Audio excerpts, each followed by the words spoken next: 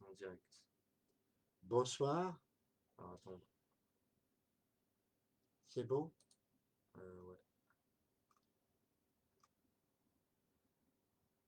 voilà. Là, pour l'instant, il n'y a personne encore. Je peux commencer? Bah, attends qu'il y ait peut-être quelques personnes. D'accord. Là, ça fait 10 secondes, il y a personne encore.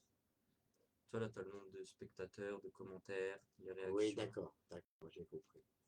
Bon. Ah, voilà, là, tu as quelqu'un qui vient d'arriver. Tu sais quoi, je vais voir. Tu mets peut-être l'écran un petit peu plus bas qu'on voit mieux. Ah, Voilà. après, ils vont pas voir ça, tu vois. Ils vont voir tout ça quoi qu'il arrive. Ouais, d'accord. Et comment je sais qu'il y a du monde? Bah, faut baisser. Du coup, là, tu as 3 spectateurs pour le moment. Et là, normalement, tu en as 4 avec moi. Nous allons attendre un petit peu que le monde, d'autres personnes se connectent à notre émission La Grèce en page. Je vais de toute façon attendre un petit peu, mais je vais commencer par des excuses pour la semaine dernière. Donc j'attends un petit peu encore. Il est à peine 7 heures, donc nous commencerons à l'heure pile, ou presque.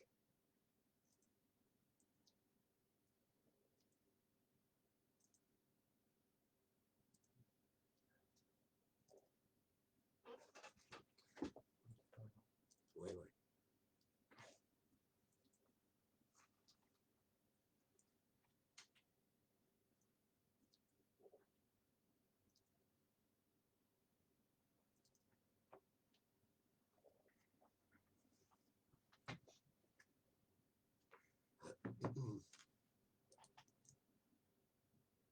T'es toujours en ligne.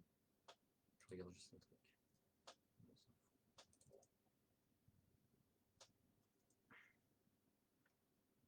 Tu vois, là, t'as Marie-Claude Chaudron. Le son Oui. est faible.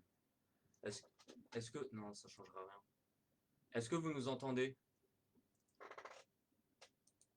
Est-ce que vous nous entendez? Attends, je vais aller dans l'autre pièce et je vais voir. Est-ce que Oui, tu peux d'accord. parler? Marie-Claude Chaudron nous dit que le son est un peu faible. Est-ce que vous nous entendez? Vous pouvez écrire un petit message pour voir un petit peu si le son. Moi, j'entends. Hein. De mon côté, j'entends. Je pense qu'il faut peut-être... Alors Alexis qui m'aide pour la technique dit qu'il entend parfaitement. Voilà, faut pas hésiter à parler fort, mais sinon, c'est bon, tout est bon. Bon. Juste... Alors nous allons commencer. Et puisque ce soir nous sommes dans l'univers des contes, je vais tout d'abord me permettre 1001 excuses pour la semaine dernière, l'émission qui n'a pas pu avoir lieu pour des problèmes techniques et aussi émotionnels. Nous devions vous parler de Mikis Theodorakis, ce géant musical qu'il était et qu'il reste encore. Et bien évidemment, la Grèce en page lui consacrera bientôt une émission entière. Il était une fois une île des Sporades à l'Onissos. Je vais vous faire un petit peu d'orthographe et vous demander de ne pas vous tromper dans l'écriture du nom de l'île, Alonissos, avec un seul L,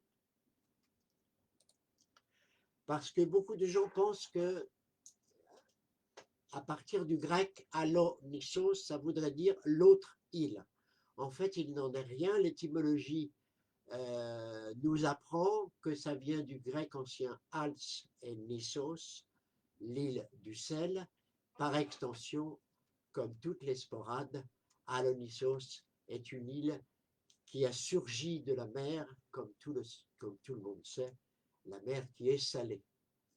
Elle s'est appelée après Iliadromia, très beau nom, qu'on traduirait par route du soleil. Et Tout ça pour vous dire qu'Alonissos est une île importante, avec une histoire très importante aussi, qu'elle est la dernière île des Sporades, après Skopelos, et que c'est une très belle île. Je vais vous la faire voir comme ça pour ceux qui la connaissent déjà un peu, et pour les autres, pour s'apercevoir qu'elle a une forme un petit peu particulière, rectangulaire on va dire, allongée.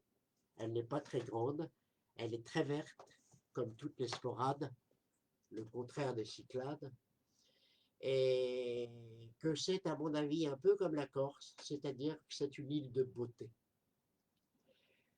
Le livre que je vais vous présenter a été écrit et traduit par la femme de l'auteur, Athanasios Papos, qui est né à Alonissos en 1945 et qui est décédé aussi là-bas en 2019. Il fut maire pendant 2 ans d'Alonissos et il a pendant des années consacré son temps libre à recueillir des contes et des récits, des chansons, des coutumes d'Alonissos auprès des anciens de l'île. Ce volume que je vous représente contient une quarantaine de ces contes et récits, tous plus savoureux les uns que les autres, qui mêlent le merveilleux, la vie quotidienne des habitants de l'île. Nombre d'entre eux ont pour héros le jeune Yanakis, une sorte d'Ulysse aux 1000 ruses, confronté à de multiples péripéties. Je vous présente le livre dans sa formule, disons, originale grecque. Ils ont gardé la même couverture. Vous pouvez regarder la belle illustration. Et j'ai choisi de vous lire, et non pas de vous dire, parce que je préfère lire que dire, 2 ou 3 contes de ce livre assez extraordinaire. Donc, récit de Yorgos Malamatenios, qu'il avait entendu raconter par son grand-père Nicolas Kyriazzi, né dans les premières années du XXe siècle, le titre « La méchante belle-mère ». Il était une fois un roi qui avait un fils et une fille. Quand sa femme mourut, il se remaria. La belle-mère n'aimait pas les enfants et elle voulait les faire disparaître. La jeune fille grandit, un prince la demanda en mariage, le mariage fut décidé et ce jour-là, la belle-mère emmena le garçon et la fille dans le jardin soi-disant pour leur montrer les roses. La marâtre était magicienne, elle frappa la jeune fille avec une branche de laurier et la transforma en rossignol. Elle frappa le garçon et en fit un loup. Le rossignol s'envola et se réfugia en haut d'un arbre. Le loup sauta par-dessus l'enclos et partit dans les bois. La belle-mère dit au prince que sa fiancée était allée se promener avec son frère et qu'ils avaient disparu. Sur ces entrefaites, le roi mourut et la marâtre dit au prince, qui devait épouser la fille, qu'il deviendrait le roi. Après, la reine voulut l'éliminer, lui aussi. Un homme du palais, qui était là depuis des années, prévint le prince. « Pars, parce qu'elle va te tuer !» Il quitta le palais, mais il revint souvent en cachette dans le jardin où il se promenait avec la jeune fille quand ils étaient fiancés, et dès que le rossignol le voyait, il se mettait à chanter. La marâtre donna alors l'ordre de tuer tous les oiseaux, et aussi les poules et les coqs. Ensuite, elle donna l'ordre de tuer les loups et les bêtes sauvages. Les chasseurs débarrassèrent le pays des loups et des bêtes sauvages, mais la marâtre insista encore, pensant qu'ils ne les avaient pas tous tués. Les chasseurs lui dirent « Puisque tu insistes, tu vas venir avec nous. » Elle hésita, mais que faire? Elle monta dans le char avec des soldats à droite et à gauche, devant et derrière, et ensuite, là où étaient allés les chasseurs, ils trouvèrent le loup qui s'était échappé. il sauta dans le char, attrapa la belle-mère par la gorge et la lui trancha. À peine fut-il recouvert de sang que le sortilège fut rompu et qu'un vieux reconnut le garçon et dit « C'est le fils du roi qui avait disparu !» Le garçon leur raconta alors ce qui s'était passé. Il leur dit comment la belle-mère les avait frappés avec une branche de laurier et les avait transformés en loup et sa sœur en rossignol. Ils l'emmenèrent au palais. Le prince aimait toujours la jeune fille qui avait été transformée en rossignol. Il retourna dans le jardin où auparavant il se promenait avec elle, et le rossignol chanta. Le prince lui dit alors « Quel joli rossignol! Viens, que je te caresse un peu. » Le rossignol s'envola et vint se poser sur sa main. Il le prit, et quand il alla se coucher, l'oiseau lui dit « Laisse-moi parce que je te ferai du mal. » « Tu ne me fais pas peur, lui répondit-il. À ce moment, apparut un énorme serpent qui se mit au-dessus de lui. Il resta imperturbable dans son lit. Il n'avait pas peur. Le serpent releva la tête, puis disparut. Il n'avait pas peur. Ensuite est apparu un ours. Toujours pas peur. Tout en étant allongé, il se souvint d'une histoire qu'il avait entendue de son grand-père et qui disait que quand quelqu'un était ensorcelé, il suffisait de l'oindre avec du sang pour rompre le sortilège. Il prit alors un couteau, se coupa un doigt, saigna, il prit le rossignol et le recouvrit de sang. Aussitôt apparut la blonde princesse. Sur ses entrefaites, la jeune fille apprit que sa belle-mère avait transformé son frère en loup, mais qu'il était redevenu un homme après lui avoir tranché la gorge et qu'il était devenu roi. Le garçon vint le lendemain au palais, le prince le reconnut, l'embrassa, le mariage eut lieu et la noce dura une semaine. Deuxième petit conte, comment la vigne vint en Europe. Cette histoire m'a été racontée par Barbara Christou, qui la tenait de son père, Yanis Christou, le fondateur de Patitiri, le port d'Alonissos. Arrivé du vieux village en 1916, Barbara est le premier bébé né à Patitiri. Il était une fois des explorateurs qui étaient partis longtemps, très loin, à dos de chameau. Ils virent des vignes sauvages et ne savaient pas ce que c'était, mais ça leur plut. Après, ils virent un fruit vert qui mûrissait doucement, doucement, et qui finit par devenir et donner des raisins blancs, noirs. Ils en mangèrent, ça leur plut, et ils dirent « Il faut que l'on rapporte cela chez nous, en Europe. » Ils coupèrent un sarment, puis la caravane s'ébranla vers l'Europe. Ils s'aperçurent que le sarment se desséchait. Ils tuèrent un rossignol, mirent le sarment dans ses entrailles pour qu'il reste humide.